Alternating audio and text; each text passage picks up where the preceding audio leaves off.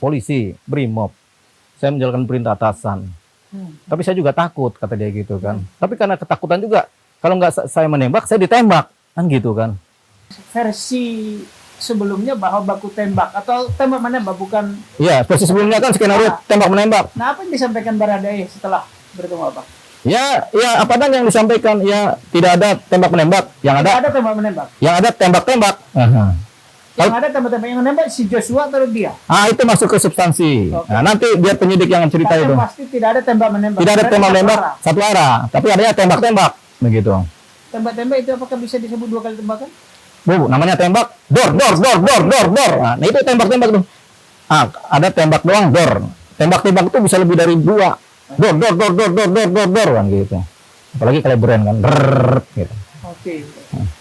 Baradae atau Richard kan tersangka tanggal 3 Agustus. Dia memberi testimoni ke Abang tanggal 6. Berarti Ya. sudah tersangka dulu. Ya dia tersangka. Tersangka kan sesuatu yang dikira-kira masuk unsur kan. Oke. Tapi kalau masuk unsur, kalau ceritanya berbeda juga, ceritanya ini juga berbahaya juga. Dia tersangka, makanya ketika dijadikan tersangka, pusing lah ini pengacara terdahulu kelihatannya. Karena ceritanya nggak masuk akal, tapi dia jadi tersangka kan. Oke. Gitu. Makanya akhirnya dia minta cabut cabut pernyataan BAP terdahulu, dia minta BAP baru. Oke. Jadi BAP dengan pengacara yang terdahulu sudah Dicabut, berarti BAP yang baru termasuk testimoni 4 lembar tadi. Iya, itu langsung non BAP dong, sebagai ceritanya dia. Kalau BAP terdahulu dia dijerat pasal 340, 338, Nah, di BAP dia 338, junto 5556. 56. Tapi versi lama dan versi baru. Nah, kalau yang terbaru ini apakah masuk unsur itu? Masuk unsurnya 338. 338 junto 5556. Oh, tetap masuk. Tetap masuk. Pertanyaan saya, apakah dia mengakui dia yang melakukan? Ya, kalau dia sudah merasa bersalah, udah sampaikan permintaan maaf kan berarti ya sudahlah. Ya, itu orang bersalah kan berarti dia melakukan. Oke. Dia udah sampaikan ke kita juga kok dia melakukan. Oke. Nah, pada tanggal 8 itu kronologi yang dia ceritakan, apakah kalau yang versi yang lain kan si brigadir ini keluar dari kamar lalu Masuk substansif. Jadi yang terdahulu berbeda dengan sekarang. pokoknya itu tidak Pokoknya itu berbeda dengan sekarang. Sekarang ini berbeda. Sekarang ini yang terbaru nih yang jadi fakta. masuk. Oh, jadi ini udah di substansi Ya, ya. Tapi substansi. bahwa yang sebelumnya disebut itu tidak seperti itu. Tidak seperti itu, Begini, ngakunya ceweknya cantik, ternyata pas kita lihat penonton ternyata jelek, yang gitu kan. Ya kira-kira begitulah. Berbeda kan, cantik sama jelek kan begitu. Ya contohnya gitu lah sederhana. Oke. Baik. Bang Olip selama ini dia tinggal di di alamat seperti tadi yang di KTP atau tinggal Ciges. di rumahnya Ya kita nggak tahu dia tinggal di mana, yang jelas setiap hari ngikutin ya namanya ajudan pagi siang sore malam. posisi dia sebagai ajudan untuk Sambo atau istrinya?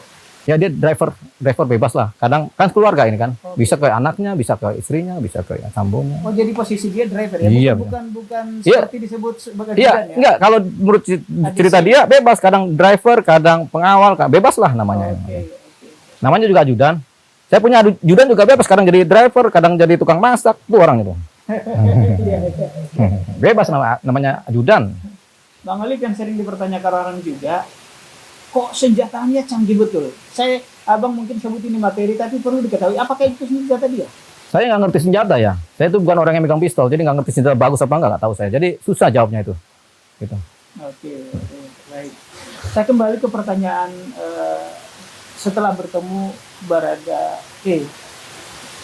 Tim kami di Manado coba mencari orang tuanya, Ya. tapi tidak ketahuan. Apakah ada abang kontak dengan keluarganya? Jadi waktu ketemu dengan Baradae dia menyatakan keluarganya itu dipanggil ke Depok sini, suruh kos di Depok karena apa? Nanti ada orangnya dari dia punya pimpinan akan mendatangi mereka untuk melakukan pengawalan.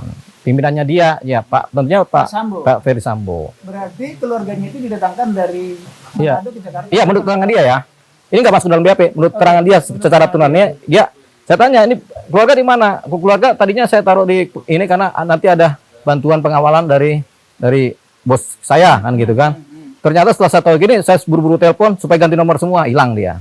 Nah, jadi dia Baradae ini sendiri yang minta supaya keluarganya menghilangkan diri.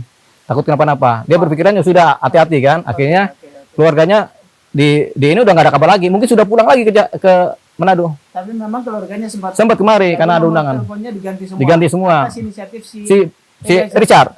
Ya, Nah, Richard ya. Oke. Nah, kita juga nggak hilang kabar dari Eliezer tentang keluarganya ya. Bang, kalau ada nggak cerita si Baradae seberapa dekat hubungan dia dengan si almarhum Joshua? Nah, ini kan kaitannya dengan surat yang disampaikan lewat saya ya, tentang permohonan bela sungkawa kepada keluarga. Kalau dari cerita dia sangat dekat sekali dengan keluarganya. Kalau dari surat ini juga secara psikologis, surat ini menunjukkan kedekatan yang sangat-sangat amat sangat dengan keluarganya si Joshua almarhum. Si Richard ini dekat juga dengan keluarganya Joshua. Dia keluar karena Bukan dia hanya dengan Joshua saja. bukan Joshua tapi dengan adanya namanya Reza, dengan bapaknya yang polisi juga. polisian juga. Jadi dekat mereka ini sering namanya sudah jadi keluarga kan? Ya dekat. Jadi secara pribadi si Richard dengan si Joshua dekat. Iya, saya sama bini saya dekat keluarga. Kadang-kadang jauh kalau kita ngumpet. Iya. Baradae mengirim surat ke keluarganya Joshua, itu tulis tangan dia. Ini itu serangannya Baradae ini. Bisa dibacakan Bang? Atau saya bacakan? Bacakan aja. Oke. Kalau bisa baca. Gantian bacakannya. Biasanya kita bacain. Saya bacakan surat dari Baradae. Saya Baradae mengucapkan turut berbelasungkawa atas kejadian ini. Buat Bapak Ibu dan Reza adiknya si Joshua, atau keluarga Bang Yos dia memanggilnya. Sekali lagi saya mengucapkan turut berbelasungkawa yang sedalam-dalamnya. Tuhan Yesus selalu menguatkan Bapak Ibu, Reza serta keluarga Bang Yos. 7 Agustus. Ya. 7 Agustus berarti hari Minggu 2022 pukul 1.24 WIB. Pagi. Dini hari pagi. Richard. Ya. Baik. Terima kasih. Tadi keluarganya nggak tahu ya sekarang posisinya apakah pulang ke Manado atau Ya kita belum tahu kan nggak ada komunikasi nih. Kalau Abang nggak komunikasi langsung dengan keluarga? Enggak, karena dia juga nggak komunikasi, suruh ganti nomor hilang semua. Kayak korupsi lah kalau kita KPK kan, set, kena KPK ganti nomor, hilang semua tuh, ting. Handphonenya hilang, orangnya juga hilang. Bang, apakah Ya. Richard ini cerita tentang hubungan si Ibu Putri dengan Joshua? Oh, dia tidak tahu. Dia nggak tahu ya? Tentang itu dia tidak tahu. Dalam ceritanya juga dia nggak tahu tentang itu. Nggak ada cerita tentang itu. Soal ada desas desus juga? Nggak ada, dia nggak tahu itu. Nggak ada cerita tentang itu. Maksud saya dia tidak tahu atau Abang tidak tanya? Sudah saya tanya. Nggak ada, pas saya nggak tahu. Kejadian saya di luar tiba-tiba datang udah begini-begini. Saya nggak tahu lah. Gitu kan, dia juga nggak mau tahu urusan orang kan. Ya udah, dia punya tidak tahu gitu aja. Memang nggak tahu memang. Oke. Bang, belakangan ini kan disebut dia disuruh oleh yang punya kuasa. Apakah waktu kejadian itu dia memang disuruh? Ya, kalau saya ketika masuk dalam curhatnya dia, ya emang dia disuruh, diperintah untuk menembak. Oke. Siapa yang memerintah? Ya atasannya lah. Woi, tembak. Berarti Irjen. Atasannya lah, atasannya dia lah. Ya kita nggak bisa bicara ini orang, kita juga nggak berani bicara. Oke. Atasannya ya. Bang Alim sekarang Baradae dilindungi. LPSK ini kan cepat berubah ya. Tadinya dia sebagai Tersangka tersangka, sekarang jadi lagi diupayakan dilindungi kan. Hari ini kan LPSK tanggal berapa ini? ini tanggal 9. Nah, tanggal 9 tadi pagi iya kah? 9 kah? 9 kan? Tanggal 9 LPSK hari ini mendatangi Barreskrim. Koordinasi supaya nanti ada keputusan cepat tentang dia mendapatkan perlindungan LPSK dan dia sebagai justice collaborator. Ini lagi dianalisa. Abang sebagai pengacara, apakah ada kekhawatiran bahwa keselamatan Richard ini terganggu, terancam? Kalau di Barreskrim dia nggak terancam. Di penyidikan dia tidak terancam. Dia merasa aman, dia nyaman di sana. Dijaga Brimob juga kok, dikawal, makan minum terjamin. Sehari 3 kali, bahkan 4 kali. Ya kan? Kita juga ketika masuk Barreskrim ya bagus juga. Kita juga dikasih makan. Pagi, siang, sore, siang, malam, pagi juga kasih makan kita. Hebat sekali nih Barreskrim ini sekarang ini kan. Tamu semua dikasih makan. Dalam kasus ini apakah dia ada berpotensi terancam keselamatan jiwanya? Kalau dalam kasus ini proses sampai persidangan punya potensi terancam karena kalau dia misalnya tidak di bawah lindungan Barreskrim, bisa jadi kan ya kita nggak tahu lah. Terancamnya itu kan, makanya memang pengawalan dia di Barreskrim sangat ketat sekali sehingga susah orang luar bisa tembus. Oke. Nah, Bang Walid juga menyebut ada semacam ancaman. Ancaman itu apakah inline dengan ancaman dihadapi si Richard? Saya? Ya. Oh, saya kalau saya sih ada pernyataan supaya berhenti aja lah begini itu kan, itu kan bagian dari triggering untuk supaya kita nggak jadi pengacara. Tapi kan kita pengacara udah lama. Udah 22 tahun, 24 tahun lah kita jadi pengacara ini kan. Dari zaman dulu udah hampir dibunuh, hampir kita tenggelamin, udah macam-macam deh. Ya kita biasa aja lah hidup. Makanya kita kalau jadi pengacara nggak boleh pakai jas, ketahuan kita jadi pengacara. Mending kita jadi musisi aja pakai, kan nggak tahu kita pengacara bukannya kan. Bebas kita kemana-mana kan. Kalau pakai jas pakai dasi mati kita. Satu hal kelemahan saya kalau pakai jas pakai dasi nggak bisa ngomong. Oh gitu ya? Iya, langsung ngomong begitu. Mau ngomong apa? Ya jadi goblok.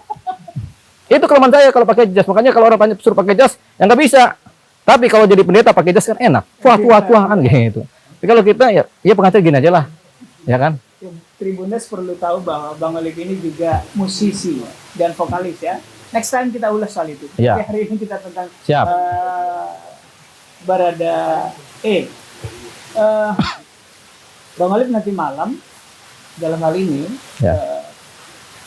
pemerintah juga tampaknya mendorong supaya kasus ini Clear. Nanti malam atau sore ini katanya akan ada tersangka baru yang Ya. akan diumumkan Ya. berdasarkan info dari Pak Menko Polhukam. Apa Ya. harapan Bang Walid? Atau harapan dari Barada Kalau harapan dari Baradae sih semoga kasusnya terang ya. Supaya paling enggak siapa yang salah siapa yang benar ketahuan. Walaupun dia mengaku salah paling enggak ya ini kan saya kan polisi, BRIMOB. Saya menjalankan perintah atasan. Tapi saya juga takut kata dia gitu kan. Tapi karena ketakutan juga kalau nggak saya menembak saya ditembak kan gitu kan. Sama yang nyuruh nembak kan gitu kan. Ya. Makanya dia sembari dar gitu aja. Ya itulah perintah dari atasan. Kadang-kadang perintah yang melanggar hukum berbahaya kan. Tapi kan karena dia begini, karena dia itu adalah prajurit BRIMOB yang terbiasa perintah komando, ya tentu apa kata komandonya dijalankan sama kayak BRIMOB di Papua. Perintah tembak, ditembak dadar gitu kan. Apakah itu dipersalahkan? Kita lihat secara proses pelaksanaannya gitu. Bang, satu pertanyaan terakhir. Kejadian apakah benar tanggal 8 Juli pukul 17 sore di kediaman rumah dinas Pak Dirjen? Ya kalau secara curhatnya dia begitu. Cuma berapa menit aja itu kejadiannya. Secara curhat ya, bukan secara pro justisia. Kan dia kan curhat juga sama saya. Nggak masuk dalam ini kan. Ya begitulah kira-kira. Oh, kejadiannya singkat. Iya singkat aja. Closing statement dari Bang Walid silakan. Ya closing statement tentunya saya karena adalah kuasa hukum dari Richard. Tentunya Richard menyampaikan kepada saya supaya disampaikan kepada masyarakat.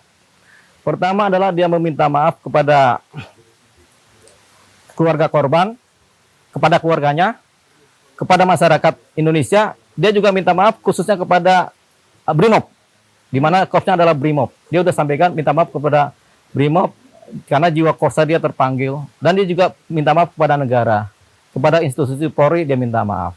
Itu ya apa yang dia sampaikan. Sampai pada titik itu. Kalau harapan dari kami sebagai kuasa hukum dan dia, ya kita biarkanlah kita bersidang dengan baik, membuka semua kejadian-kejadian ini di dalam persidangan sehingga semua menjadi jelas siapa yang benar, siapa yang salah.